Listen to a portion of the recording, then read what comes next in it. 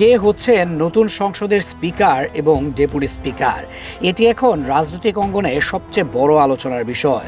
ত্রয়োদশ জাতীয় সংসদের প্রথম অধিবেশন শুরু হতে যাচ্ছে আগামী 12 মার্চ।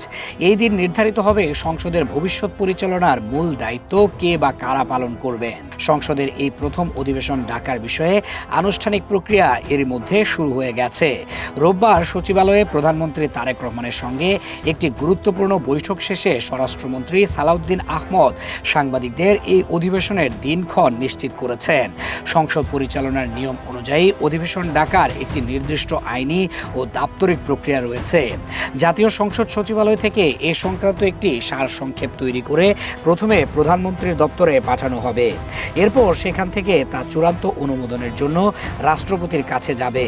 মূলত প্রধানমন্ত্রীর পরামর্শক্রমেই রাষ্ট্রপতি সংসদ অধিবেশন আহ্বান করে থাকে। প্রথম অধিবেশনে সাধারণত বেশ কিছু আনুষ্ঠানিকতা থাকে।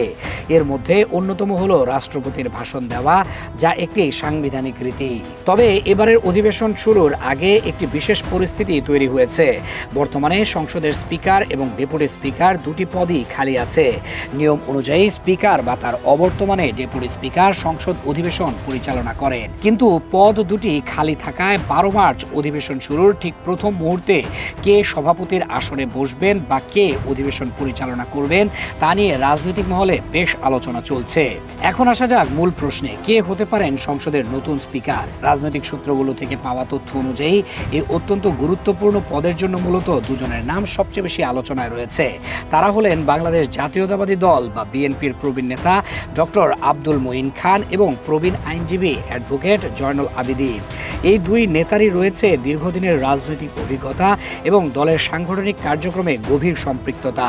স্পিকারের পাশাপাশি ডেপুটি স্পিকার নির্বাচনের ক্ষেত্রে একটি নতুন মাত্রা যোগ হয়েছে।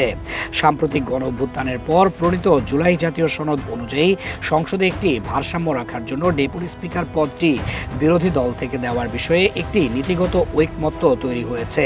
বিএনপির নির্বাচনী ইশতেহারেও রাষ্ট্র সংস্কারের নানা প্রতিশ্রুতি ছিল, যার সাথে এই বিষয়টি মিলে যায়। তবে রাজনৈতিক বিশ্লেষকরা বলছেন বিরোধী দল থেকে ডেপুটি স্পিকার নির্বাচিত হওয়ার বিষয়টি নির্ভর করছে জুলাই সনদের যথাযথ বাস্তবায়নের উপর। যদি এই সনদ অনুযায়ী সিদ্ধান্ত নেওয়া হয় তবে বিরোধী দল থেকে দুজন নেতার নাম জোরে সোরে শোনা যাচ্ছে। তারা হলেন ঢাকা 14 আসনের সংসদ সদস্য ব্যারিস্টার আরমান এবং রংপুর 2 আসনের সংসদ সদস্য ও জামায়াতে ইসলামের নায়েবে আমির এটিএম আজহারুল ইসলাম। সব মিলিয়ে ত্রয়োদশ জাতীয় সংসদের প্রথম অধিবেশনটি নানা কারণে ঐতিহাসিক হতে যাচ্ছে। ডক্টর আব্দুল মঈন খান বা অ্যাডভোকেট জয়নুল আবেদিনের মতো অভিজ্ঞ কেউ স্পিকারের চেয়ারে বসলে সংসদ কতটা সুচারুভাবে চলবে তা দেখার অপেক্ষায় রয়েছে দেশের মানুষ।